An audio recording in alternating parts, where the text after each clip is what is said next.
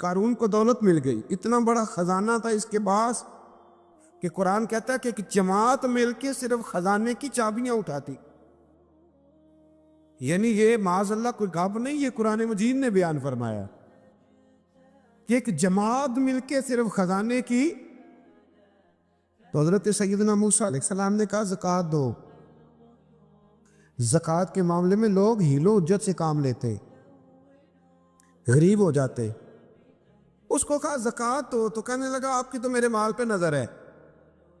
اب نے فرمایا تو بڑا بیوقوف ہے، مال تجھے اللہ نے دیا ہے نا، تو اللہ کے رستے میں دے. یہ کام ذرا مشکل ہے کہ اس کو بار بار کہا تو اس نے نہ بجائے اس کے کہ وہ مال دیتا، اس نے حضرت موسیٰ پہ الزام لگا دیا. ایک عورت کو تیار کر کے لایا. یہ الزاموں والا کیس سنتے آ رہے ہیں آپ کہاں تک؟ حضرت یوسف پہ بھی لگا، جناب مریم پہ بھی لگا، حضرت سیدنا موسیٰ کلیم پہ بھی لگا، اور حضرت عیسیٰ پہ بھی. سارے ہوئے نا الزامات. آپ کیا بات کرتے ہیں؟ الزام لگانا، بہتان ترازی کرنا، اور ہمارے یہاں اچھی بات دل سے پھیلتی ہے، بری خبر وہ جلدی پھیل جاتی. ایک عورت کو تیار کر کے لایا معاذ اللہ تعالیٰ حضرت موسیٰ پر الزام لگانے کے لیے.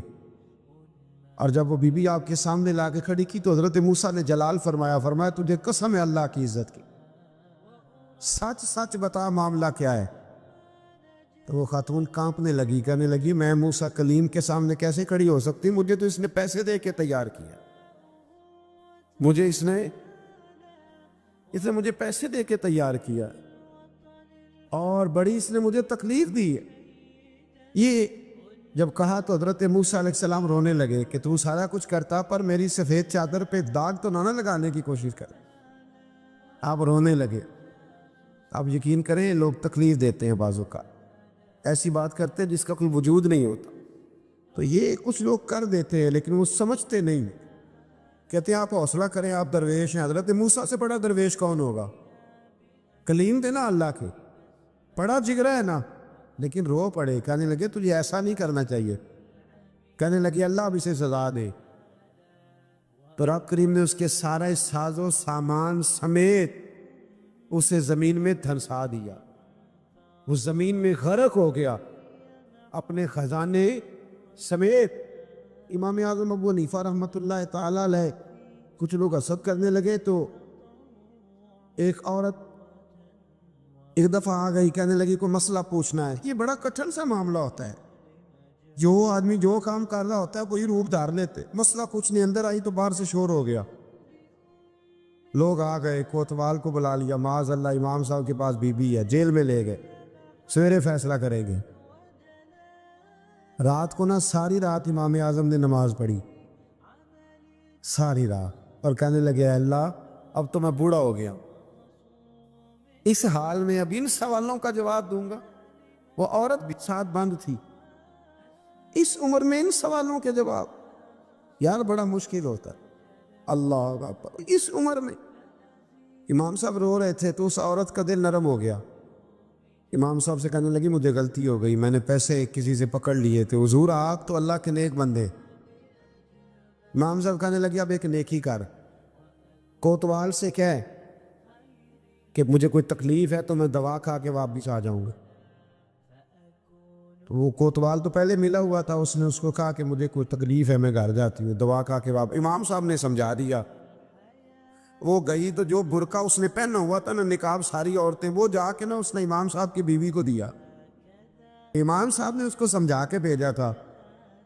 وہ برقع گھر لے گئی اور جا کے زوجہ کو ساری بات سنائی. وہ دوائی کھانے گھر چلی گئی اور زوجہ برقع پہن کے تھانے آ گئی. سویرے قاضی کے سامنے بھیج ہوئے تو کہنے لگا جی آپ اتنے بزرگ ہو کے عالم ہو کے بیوی کے ساتھ اکیلے. فرمایا میری بیوی ہے تو میں نے اکیلے ہی ہونا تھا اس کے ساتھ، اور کس نے ہونا تھا؟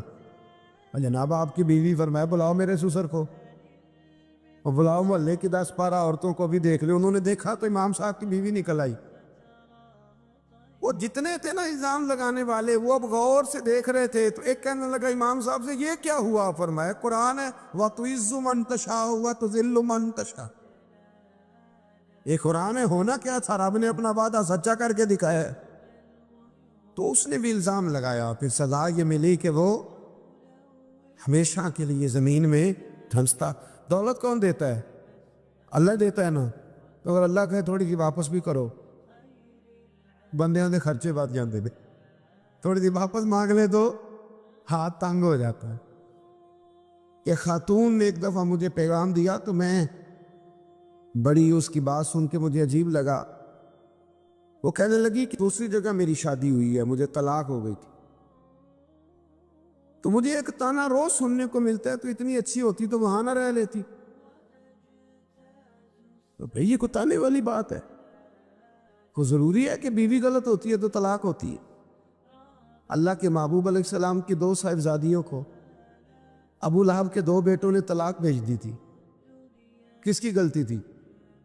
تو آپ کیا کہہ سکتے ہیں یہاں کیوں طلاق؟ تو اتنی جلدی بات تھوڑی کر دیں گے آپ، تھوڑی احتیاط فرمائیں بولنے۔ حضرت عبداللہ ابن عباس فرماتے ہیں میرے نبی پاک علیہ السلام نے میری تربیت فرمائی، اور محبوب پاک علیہ السلام نے فرمایا عبداللہ یاد رکھنا، یہ نوجوان دوست میری بات لکھ لیں، پریشان لوگ میری بات لکھ لیں، جن کے پاس قوت فیصلہ نہیں وہ اس بات کو لکھ لیں۔ حضرت عبداللہ ابن عباس فرماتے ہیں میرے نبی پاک علیہ السلام نے مجھ سے فرمایا تھا عبداللہ سن، اگر ساری دنیا مل کے تیرا کوئی نفع کرنا چاہے، کر نہیں سکتی جب تک میرے رب کی رضا نہ ہو، اور فرمایا ساری دنیا مل کے تیرا کچھ بگاڑنا چاہے تو عبداللہ بگاڑ نہیں سکتی جب تک رب کریم کی حکمت کا تقاضا نہ ہو۔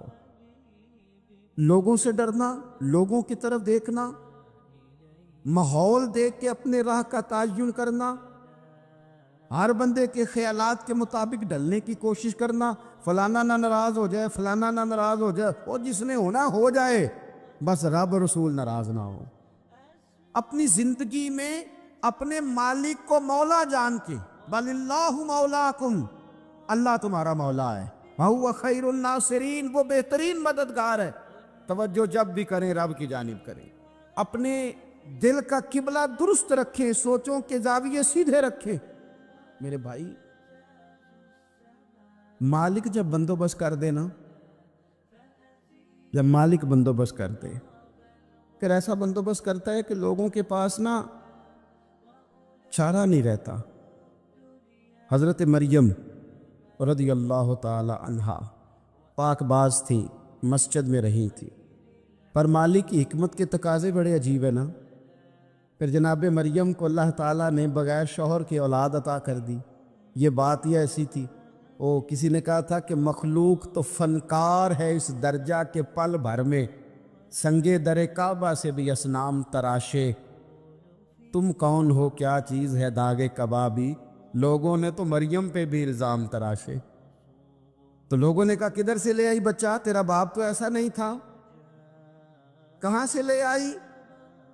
اللہ کرے میں آپ کو سمجھا سکوں، ذرا اپنے آپ کو وہاں کھڑا کریں کہ ایک پاک باز عورت، پاک باپ کی بیٹی، طیب ماں کی بیٹی، اور اللہ کے گھر میں پرورش پانے والی خاتون، ایک وہ وقت اور ایک یہ وقت کہ اس عورت کو کٹہرے میں کھڑا کر کے پوچھا جا رہا ہے کہ معاذ اللہ تیری گود میں بچہ جائز نہیں ہے، کہاں سے لائی ہے؟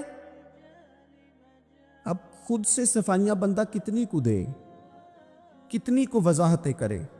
اور میں نے تو اپنی زندگی میں دیکھا ہے زیادہ وضاحت دینے والے کو بھی لوگ جھوٹا سمجھنے لگ جاتے ہیں، زیادہ وضاحت دینے پر بھی لوگ کمزوری کا اظہار سمجھتے ہیں کہ کمزور پڑ گئے۔ آپ صلح کی کوشش کرتے ہیں، سامنے والا بزدل سمجھ لیتا ہے، زیادہ وضاحتیں بھی کمزور کر دیتی ہیں۔ اب حضرت مریم کو کٹہرے میں کھڑا کر کے کہا بچہ کس کا ہے؟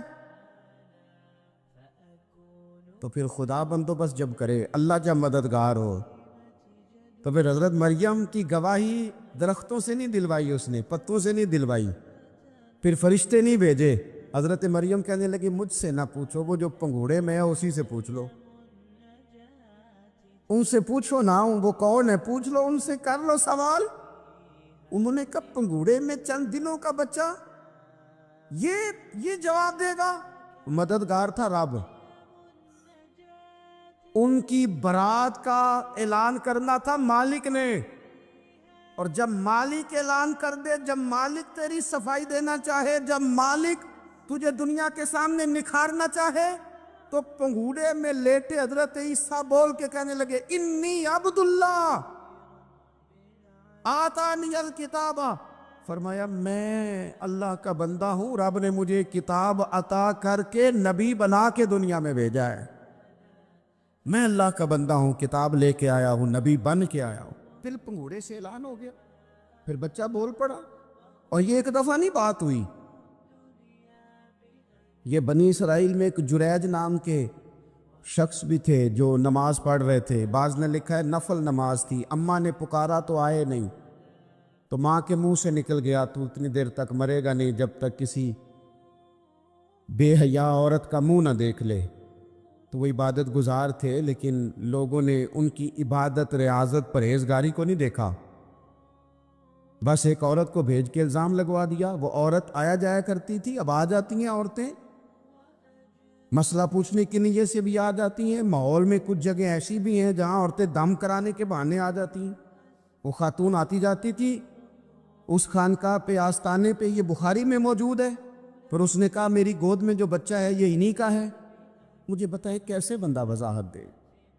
حالات خراب ہو گئے، لوگ کٹیا جلانے لگے، ماحول اور طرح کا بن گیا۔ میرے نبی پاک علیہ الصلوۃ والسلام فرماتے ہیں پھر اس رب کے بندے نے کہا مالک تو کریم ہے، تیری مشیت کا تقاضا آیا جو میری ماں نے جملے بولے تھے، پر اب میں وضاحت دینے کے قابل نہیں رہا، اب تو ہی کرم کرے گا تو دروازہ کھلے گا۔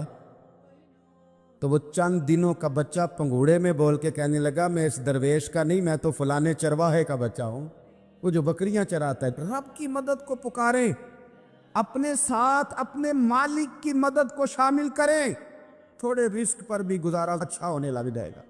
سارے لوگ آپ کو گرانے کی تدبیریں کر رہے ہوں گے اور مالک آپ کو عزتیں عطا فرما دے گا، اس کی بارگاہ سے حکمت کا تقاضا اور ہو جائے گا۔ ہم نے ساری زندگی لوگوں کو راضی کرنے میں گزار دی، ساری زندگی بڑھاپا آ گیا بچوں کو پالتے، اور بچوں نے آخری عمر میں کہہ دیا ابا اگر کوئی ڈھب کا کام کر لیتے تو آج ہمارے دن بھی پھر نہ جاتے۔ ساری زندگی گزار دی بہن بھائیوں کو راضی کرنے میں، ساری زندگی گزار دی ذمہ داریاں اٹھانے میں، ان کو 99 دفعہ دیا، ایک دفعہ نہیں دیا تو انہوں نے کہہ دیا تو نے تو کبھی دیا ہی نہیں، تو تھا ہی نہیں۔ ساری زندگی محلے داروں، علاقے والوں کو راضی کرنے میں گزار دی۔ اور میں نے ایسے لوگ بھی دیکھے دین کے لیے وقت گزارا، لیکن جب بڑھاپے میں دانت کام نہ کرتے تھے تو وقت کے مفتیوں کو بھی مسجدوں کی کمیٹیوں نے کہہ دیا اب آپ کی سمجھ نہیں آتی، ہم نے خطیب کو یور رکھنا ہے، نہ دیکھو دنیا کی طرف، دنیا رلا دیتی ہے، نہ راضی کرو بندوں کو، بندے تھکا دیتے ہیں، نہ پیچھے بھاگو ہر وقت دنیا داروں کے، یہ انسان کو کمزور کر دیتے ہیں۔ وہ تو کریم ہی بڑا ہے، 2 آنسو زمین پر بعد میں گرتے ہیں، بندے کے گناہ سارے پہلے معاف فرما دیتا ہے۔ اللہ کی مدد کا حصول، اپنے مالک کی مدد کی طرف بڑھنا، آپ کو بدر کی جنگ بھی یہی درس دے گی، آپ کو احد کا میدان بھی یہی سبق دے گا، فتح مکہ بھی یہی سبق دے گا۔ میرے دوستو جب رب مدد فرمائے، جب اللہ مددگار بنے، دوستوں سے ایک بات اکثر کرتا ہوں، میں کہتا ہوں کہ جتنے درد سے آپ امیر کو اپنی کہانی سناتے ہیں نا، اور جس طرح آپ کے آنسو بات کرنے سے پہلے گر جاتے ہیں کہ غریب ہیں، بچیاں ہیں، کاروبار نہیں، او میرے سنگیو، اس سے آدھے آنسو اپنے رب کی بارگاہ میں بکھیرو، اس کے حضور عرض گزار ہو جاؤ، اس سے طلب کرو۔ ایک وقت انسان پر زندگی میں ایسا آتا ہے کہ اسے یوں محسوس ہوتا ہے کہ میرا سایہ بھی ذرا سا پیچھے ہٹ گیا ہے، اسے یوں لگتا ہے کہ میں کسی سہارے پہ ہاتھ ڈالتا ہوں تو وہ بھاگ جاتا ہے مجھ سے، لیکن مالک کی بارگاہ ایسی عظیم بارگاہ ہے، رب رسول کے آستانے اتنے بڑے ہیں کہ آپ جب وہاں کشکول طلب دراز کرتے ہیں تو جھولی پھیلانے میں دیر لگتی ہے، ان کو بھرنے میں تو کوئی دیر نہیں لگتی۔ ہم نے اپنا سوچ کا قبلہ ہی دنیا کو بنا لیا ہے، یہ جو اللہ والوں کی مدد ہے یہ تو ہے نہیں، اللہ ہی کی مدد ہے۔ لیکن یہ جو سیٹھوں کی طرف توجہ کرنا، نوابوں کی طرف توجہ کرنا، دنیا داروں کی طرف توجہ کرنا اور اپنا مزاج اس طرح کا بنا لینا، یارو گردن کو جھکا دیتا ہے خیرات کا پتھر،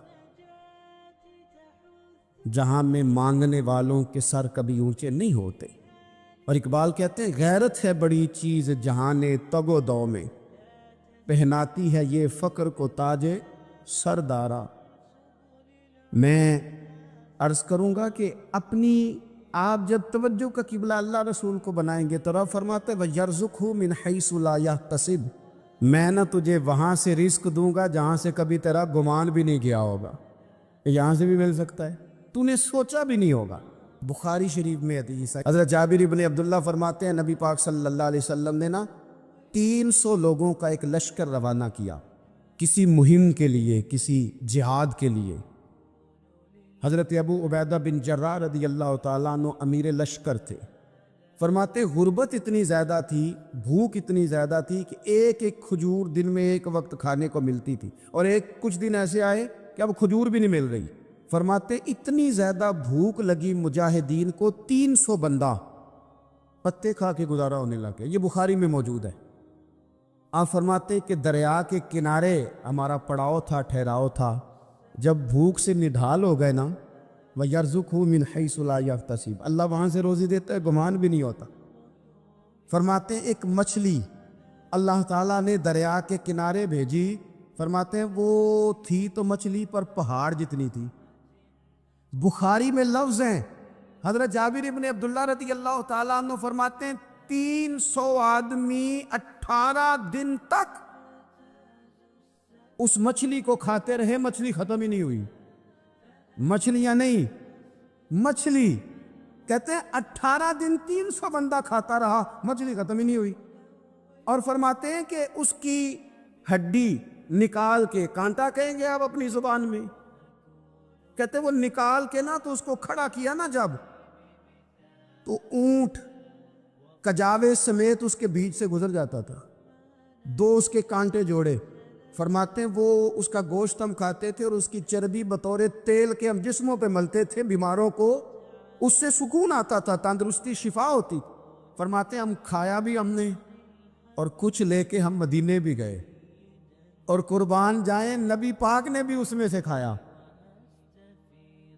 ہم نے عرض کی حضور یہ معمہ کیا ہے، یہ ماجرا کیا ہے؟ تو محبوب نے فرمایا تمہارے پاس غذا نہیں تھی، رب نے تمہارے لیے بندوبست کیا ہے، اللہ نے تمہیں دیا ہے۔ مکان شروع کر لیا، ایک صاحب نے مکان بنانے لگے، آپ وہ حساب لگا رہے ہیں، کہتے ہیں میرے پاس اتنے پیسے ہیں، اتنے میں نے فلانے دوست سے کہنا ہے اس نے دے دینے، اتنے فلانے رشتہ دار سے کہنا ہے اس نے دے دینے، اتنے فلانے سے کہنا ہے اس نے دے دینے۔ یہ ساری کاپی بنا کے مکان شروع کر لیا۔ جو روز کہتا تھا نا کوئی حکم ہو جاتے دسی، سب سے پہلے اس کو کہا میاں پیسے چاہیے دین، وہ کہندا ہو کل ہی منڈا ٹوریا ہے، کہدے تو پرسوں 10 داتے لب جانے سن۔ میں آپ کو اپنے تجربے کی بات بتا رہا ہوں۔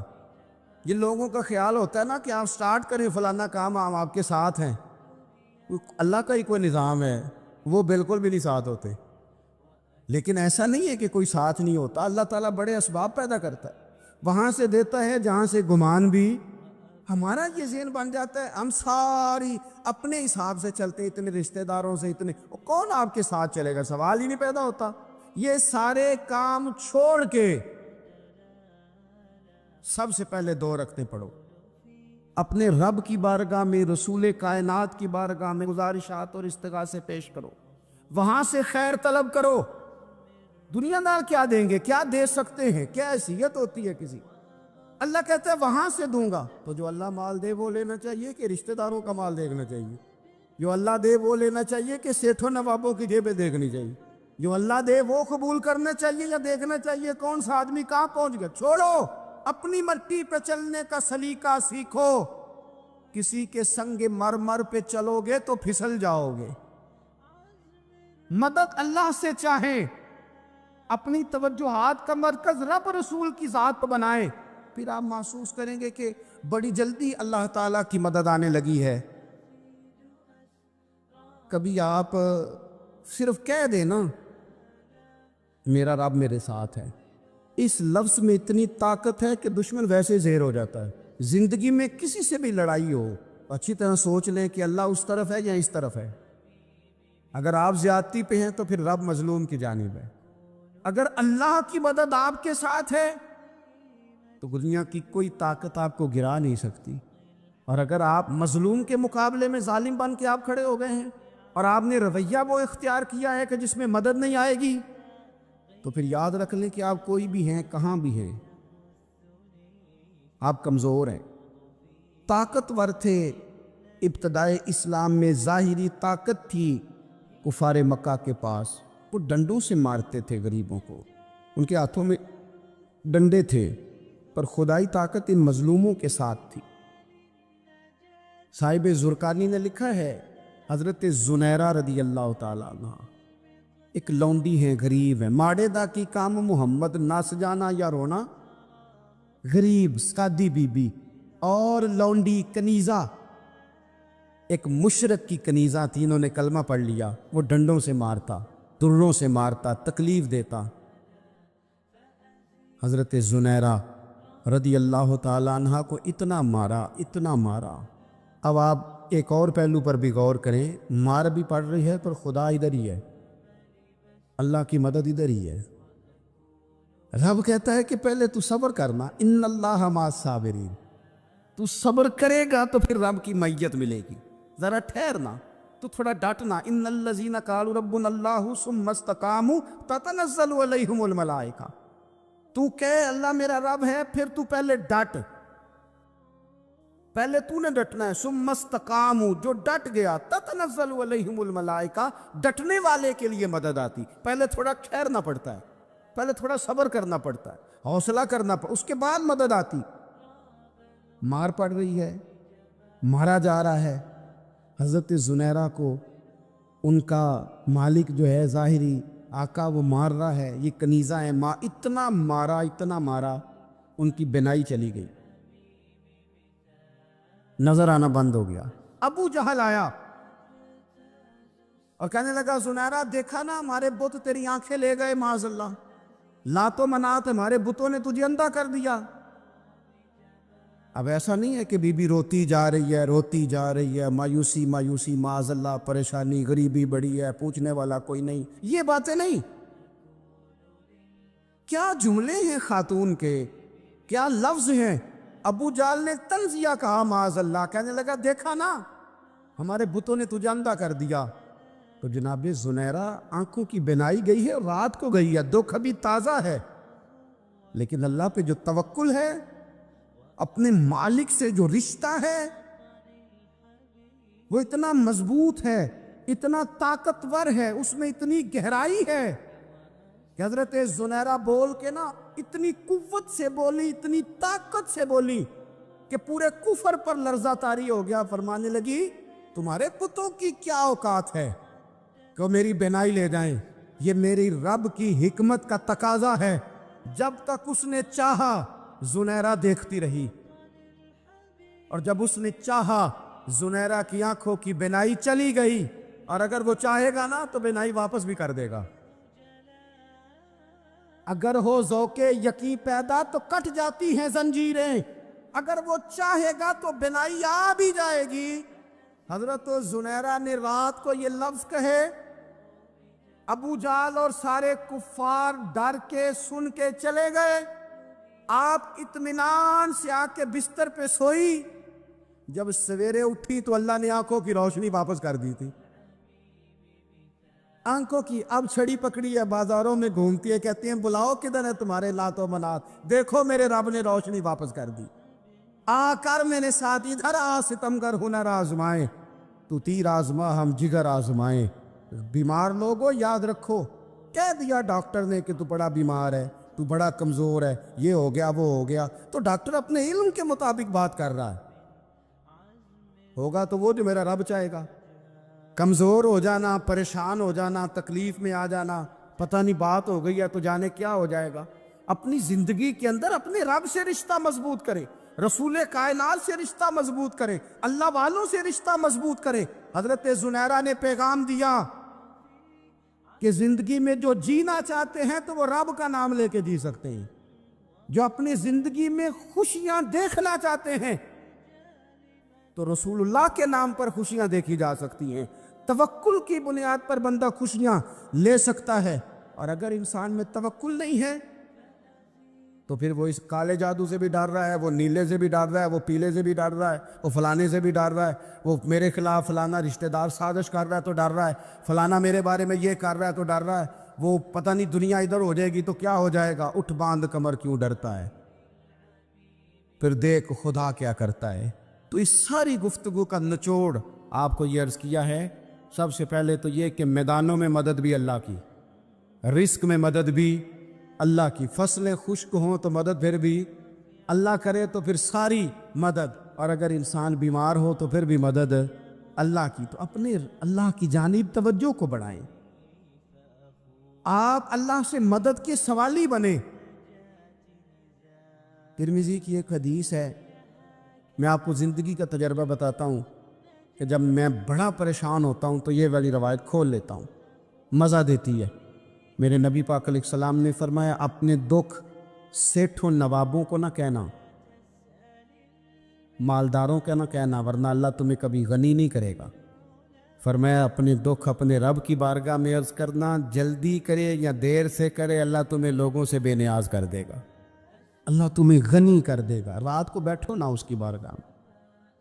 امام غزالی سے کسی نے پوچھا تھا، امام غزالی سے، کہ حضور اللہ کا بندے سے راضی ہونا کمال ہے یا بندے کا اللہ سے راضی ہونا کمال ہے؟ تو امام غزالی مسکرائے، فرمانے لگے رب تو بڑا ہی مہربان ہے، وہ تو بڑی جلدی راضی ہو جاتا ہے. وہ تو مسجد میں آ کے توبہ کرے تو اللہ راضی، کسی یتیم کے سر پہ ہاتھ پھیرو تو اللہ راضی، وہ تو کسی اندھے کو رستہ دکھایا تو اللہ راضی ہو گیا، وہ تو طوائف نے کتے کو پانی پلایا تو اللہ. امام صاحب فرمانے لگے یہ بندہ ہے جو اللہ سے راضی نہیں ہوتا. جس کے پاس اولاد نہیں وہ کہتا ہے چلو ایک بیٹی مل جائے تو میں راضی ہوں، بیٹی مل گئی تو کہتا اب ایک بیٹا بھی ملے تو پھر راضی ہوں، پھر کہتا ہے یہ دونوں اچھی تعلیم حاصل کر لے تو پھر میں راضی ہوں، پھر کہتا ہے یہ بہت زیادہ پیسے کمائے تو پھر میں راضی ہوں. بہرحال راضی ہوتا، لیکن جو راضی ہو جاتا ہے نا، اللہ اکبر، جو اللہ سے راضی سکھی بڑا رہتا ہے، سکون میں بڑا رہتا ہے، مطمئن بڑا رہتا ہے. جو سمجھ لیتا ہے نا کہ جو میرے رب نے بہتر سمجھا وہ میرے اللہ نے مجھے. میں کبھی کبھی سوچتا ہوں کہ یار حضرت بلال حبشی نے کوئی عہدہ نہیں مانگا ساری زندگی، انہوں نے نہیں کہا مجھے بھی ایک صوبے کا گورنر بناؤ میری بھی خدمات ہے، مجھے بھی وزیر خزانہ بناؤ میرا بھی کچھ بنتا ہے. ایک دفعہ نہیں کہا سیدنا بلال حبشی رضی اللہ تعالیٰ عنہ نے کہ میری بھی کوئی ڈیوٹی ایسی ہونی چاہیے کہ مجھے چلو سپہ سالار ہی بنا دیا جائے. ساری زندگی مسجد میں جھاڑو دیا تو اسی پہ راضی رہے، ساری زندگی محبوب کے مہمانوں کا لنگر پکایا تو اسی پہ راضی رہے، ساری زندگی میرے محبوب علیہ السلام کے بچوں کی نوکری کی تو اسی پہ راضی رہے، راضی بالرضا رہے. حضرت سیدنا موسیٰ علیہ السلام نے عرض کی کوہ طور پہ جا کے، مولا میری قوم پوچھتی ہے کہ کوئی ایسا کام بتا جو ہم کریں تو ہم سے راضی ہو جائے. حضرت موسیٰ کی قوم کا خیال تھا کہ تہجد کا حکم آئے گا تو پڑھیں گے، صدقات کا حکم آئے گا تو دیں گے، جہاد کی بات ہوگی تو کریں گے. کچھ جو نیک لوگ تھے ان میں سے انہوں نے یہ پیغام دیا کہ مالک ہمیں بتائے کہ وہ کس کام پہ راضی ہوتا ہے، ہم وہ کام کریں تاکہ اللہ ہم سے راضی ہو جائے. حضرت موسیٰ کلیم کہتے میں نے عرض کی مولا میری قوم پوچھتی ہے کہ کون سا ایسا کام کریں کہ تو راضی ہو جائے. تو رب کریم نے ارشاد فرمایا موسیٰ کہتے میرا خیال تھا کوئی لسٹ ملے گی، لیکن مالک نے ایک جملہ کہا، ایک جملہ، اور تفسیروں کے دریا بہا دیے.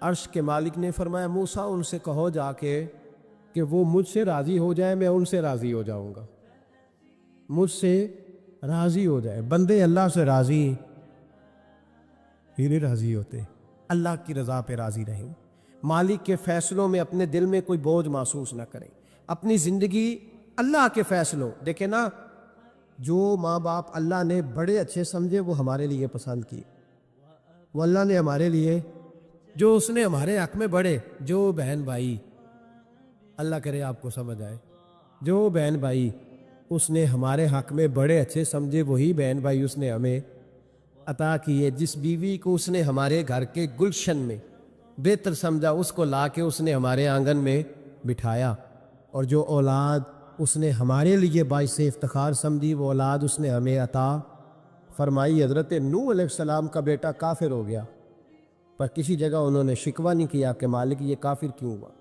اللہ کے قبضے میں ہے نا دل، پھیر سکتے ہیں نا، مقلب القلوب ہے، لیکن حضرت نوح نے دعا اللہ کی رضا پر راضی رہے، سمجھو کہ میرے حق میں جو بہتر تھا مالک نے وہ چیز مجھے عطا کر دی۔ ہم یہ سوچتے ہی نہیں کہ ہمیں نہیں پتا ہمارے حق میں بہتر کیا ہے، ہمارے رب کو پتا ہے۔